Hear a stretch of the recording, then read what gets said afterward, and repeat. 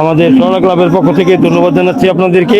আমরা প্রতি বছর যেভাবে ঈদ সামগ্রী উপহার সামগ্রী বিতরণ করি ক্লাবের পক্ষ থেকে, বিগত 2 বছর আমরা দিতে পারিনি এই উপহার সামগ্রী। এবার আবার নতুন নবনির্বাচিত কমিটি তানমিনা আহমেদ রোমান ভূঁইয়া এবং নাজমুল হোসেন মোল্লার নেতৃত্বে আবারও সরলা ক্লাবের প্রাণ ফিরে পেয়েছে। আমরা এই কার্যক্রম আবার শুরু করেছি, ইনশাল্লাহ প্রতি বছর এটা ধারাবাহিকভাবে চলবে।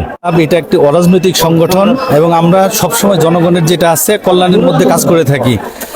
আর সামনে যেহেতু ঈদুল ফিতর, এই ঈদুল ফিতর উপলক্ষে আমাদের আজকের যে কার্যক্রম, সবাইকে ঈদ উপহারটা আমাদের দেওয়ার উদ্দেশ্য ছিল।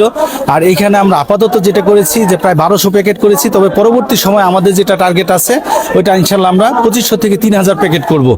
আর আরও একটি ব্যাপার যেটা, যে আমরা ইনশাল্লাহ সবার দাঁড়ে দাঁড়ে গিয়ে চেষ্টা করব যে এই জিনিসগুলো করার জন্য। এখন হয়তোবা আমরা একবারে শর্ট টাইমের মধ্যে আমরা এই সিদ্ধান্তগুলো নিয়েছিলাম, তবে পরবর্তী সময় ইনশাল্লাহ আমরা আরও বড় করে করবো, এরকম আশাবাদ ব্যক্ত করি।